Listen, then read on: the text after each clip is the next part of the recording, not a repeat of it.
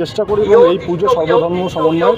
এখানে অধিকাংশই আমাদের মুসলিম ধর্মের যারা মানুষজন আছে তারা সেই পুজোটাকে আগলে রেখে তারা ভলেন্টিয়ারি করে এবং হিন্দু ধর্মের যারা ভাইরা আছেন তারা এই পুজোটাকে এনজয় করে, আনন্দ করে। তো এটা একটা আমাদের কালচার, একদিকে মন্দির একদিকে মসজিদ গড়ে ওঠে 8 দিন 9 দিন ধরে আর উৎসবের আমেজ চলে। বর্ধমানের অন্যতম প্রাচীন পুজোদের মধ্যে ট্রাফিক কলোনি বারোয়ারি, রেলওয়ে ট্রাফিক কলোনি বারোয়ারি আমাদের এই দুর্গোৎসব।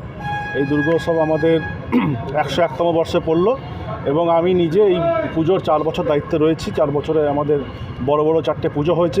21 সালে কেদারনাথ, তারপরে বৃন্দাবন, রামেশ্বরম মন্দির গত বছর, এবং এবছর আমাদের একটা 4 ধামের 1 ধাম হচ্ছে হিন্দু ধর্মে, এবং গুজরাটের এক বড় মন্দির হচ্ছে সেটা। আমার মনে হয় যে বর্ধমানবাসী এবছর এক নতুন চমক দেখবে এবং বড় পুজো আকারে এই পুজো আরও বড় রূপ ধারণ করবে। কি মনে হচ্ছে, মানে দর্শনার্থী যারা তাদের তো একটা আবেগ থাকে ট্রাফিক কলোনি পর্যায়ে যাবে। এখন থেকে প্রচুর মানুষের ফোন জিজ্ঞাসা যে কী